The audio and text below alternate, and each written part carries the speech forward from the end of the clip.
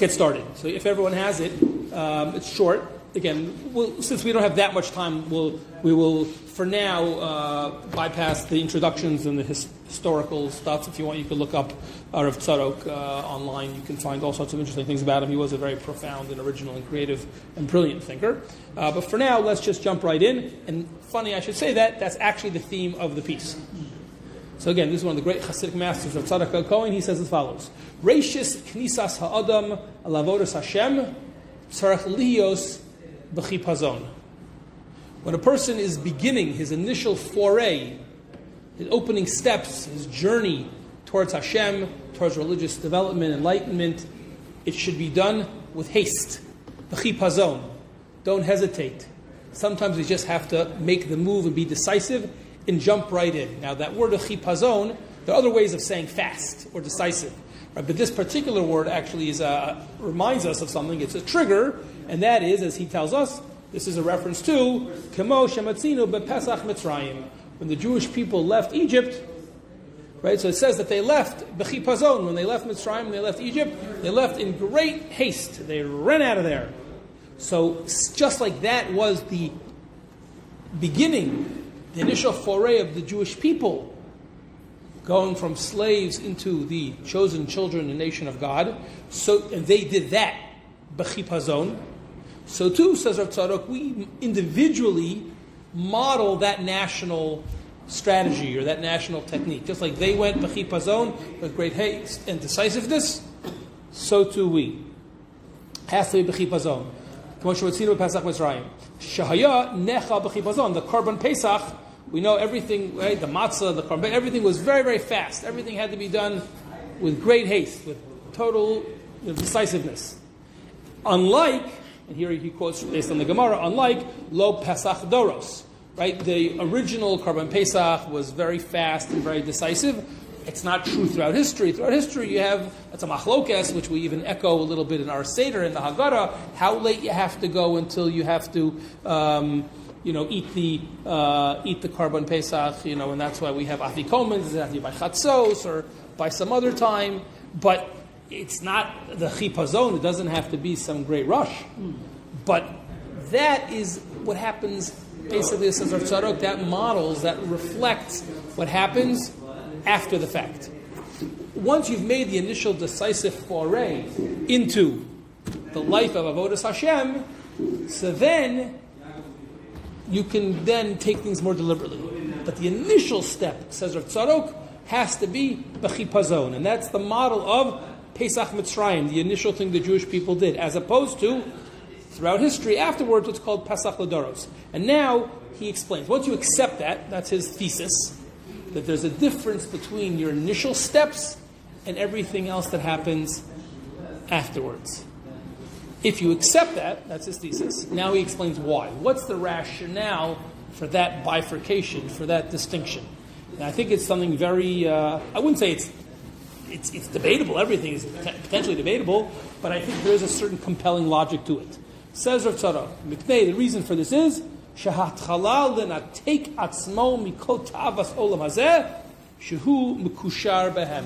Because when a person initially, that first step, what is the thing that is the most holding a person back from dedicating a life of spirituality and being more sublime? What's the thing that's most holding you back? A connection to taiva, to passions, to physical pleasures, to more hedonistic, a more physical, earthly existence, and a less sublime and heavenly one. So said Rav Tzadok, that initial step to sever the obsessive connection to the pleasures of this world, that is very, very difficult. And therefore, in order to linatake, to break, to sever that connection from all the taivas, all these desires and passions that we're all naturally born with, we're mekushar behem. We have to be honest.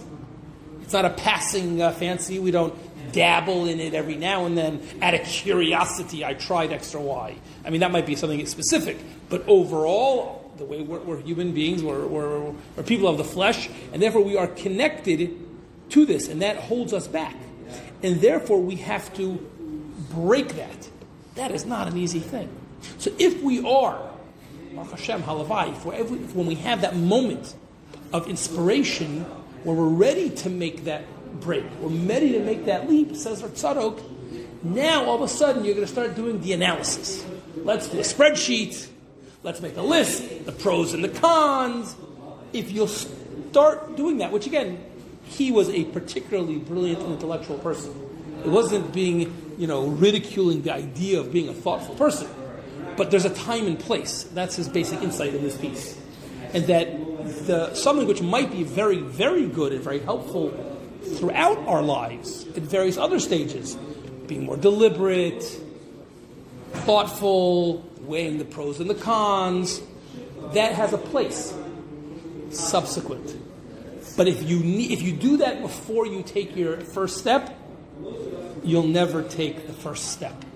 It's like Pesach to the Omen, that the first step is that there's that flash of inspiration. Then after that you have to take that inspiration and consolidate. That's exactly his point. Exactly. The first step, if you're inspired, he says, next sentence, Tzarich lishmor harega shimt orer bo ratzon Hashem ulachpoz al oso rega lemaher latzeit mehem ula yachol. And again, Yitzi is an excellent teacher of kids right out of high school. He knows this professionally. Many of us know it personally. And if we have older children, we know it with our children. Right? Those moments of inspiration can be fleeting. Right? And it's hard enough to grab all to them. It's like a slippery ball. One of those, like if you're in the pool and try to grab the ball and it's popping out of your hands all the time. A lot of times that's what a life of spirituality is. And especially until you finally get it, it can be very hard. So it's hard enough when you're trying to go for it. But if you start being too analytical, too deliberate, something which, again, this is the paradox, and this is why you need to be more sophisticated. This is a sophisticated piece. The whole thing's 5 lines, but it's very sophisticated. Because it's not an all or nothing. He's not saying never be thoughtful. He's not saying always.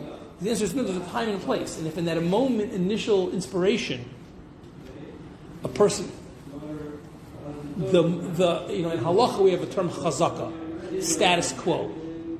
Right? The status quo is not to be that. So if you are going to start thinking, it's so hard. There's spiritual gravity, just like there's physical gravity. And the spiritual gravity is pulling us. So to break through from that takes an act of decisiveness, of chipazon. If you start overthinking it, which again might have a place, but at that moment, it's very, very unlikely the moment will be gone.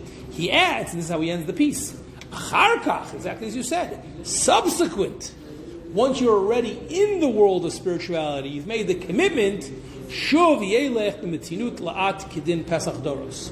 Then, enechanami, there has to be something, and again, I've seen it, I imagine you've seen it professionally, some of us have had our own ups and downs in our own life, where sometimes people run too fast. So very often the response is, no, take it slow, it's a marathon, not a sprint.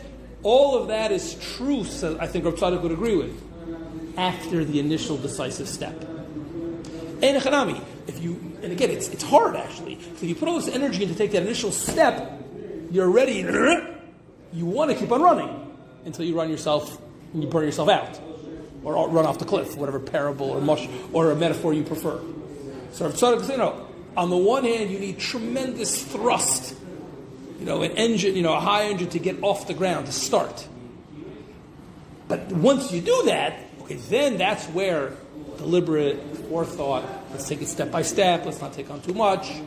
But that initial decision, again, each one of us, I know I relatively know to some extent or another, every one of you, right? And in each of our lives, we had that moment where we had to make a decision, how committed do we want to be? What kind of Jewish life do we want? And at some point, again, each of you, I think, if we think about it in our own life story, there was a moment where we just made the decision. Figuring out all the details can be messy. Not just slow and deliberate. Even with all the slow and deliberate, you can make mistakes. 1 step forward, 2 steps back. But that in the moment where we had to make the commitment, the decisive, that had to be decisive. And the truth of the matter is, it could very well be, if we think about it in our own lives, there were other moments that came beforehand where we could have made the commitment, but we started, and then it passed.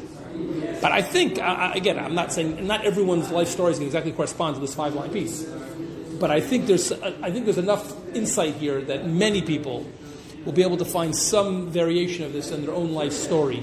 Or if you think about that moment, again, it might have taken a lot to build up to it in Hanami, but the decision happened to happen decisively. I don't think it's not just for just a life. If you think it within a person's life, this yesod is so prevalent for anytime you want to do something. Anytime you do something new, it's just you think about the shul is now doing the night seder. It's the exact same thing. I mean, just even now, it's got to be initial. Just like go for it. Okay, you figure out this guy. Right. Anytime there's a newness, it's not just correct. Anything. Yes. Again, I don't want to announce it yet because it's not 100% public, the details. But I will tell you, as some of you know, that I have other jobs aside from being the shul. One of them is the director of this wonderful organization called Salash, which helps the Israeli soldiers. So we're contemplating right now a major event for Chol Hamoed Sukkos. Now, it's relatively late to be considering a major event so near now, but it kind of almost, we weren't even thinking about it, but it just jumped, an opportunity which may be too good to pass up just dropped in our lap. And I, to be honest, am the guy more than anyone who is analyzing, analytical, and let's look at the downside, all the things that could go wrong. It could be really embarrassing if it flops, we could lose a lot of money. On the other hand, the upside would be incredible. And we're having internal discussions, with the very famous person who we want to maybe do something with. And at a point he said to me, sometimes, you got to just be nachshon. Sometimes you got to jump in. That's something that's very, very, and that's exactly this. Now, the decision has to be decided. Once you make the decision, then you figure it out more deliberately. Anyway, okay, Ad Kan, our first foray into Tzidkas HaTzadik. And this, again, is a very beautiful sefer. And again, I think in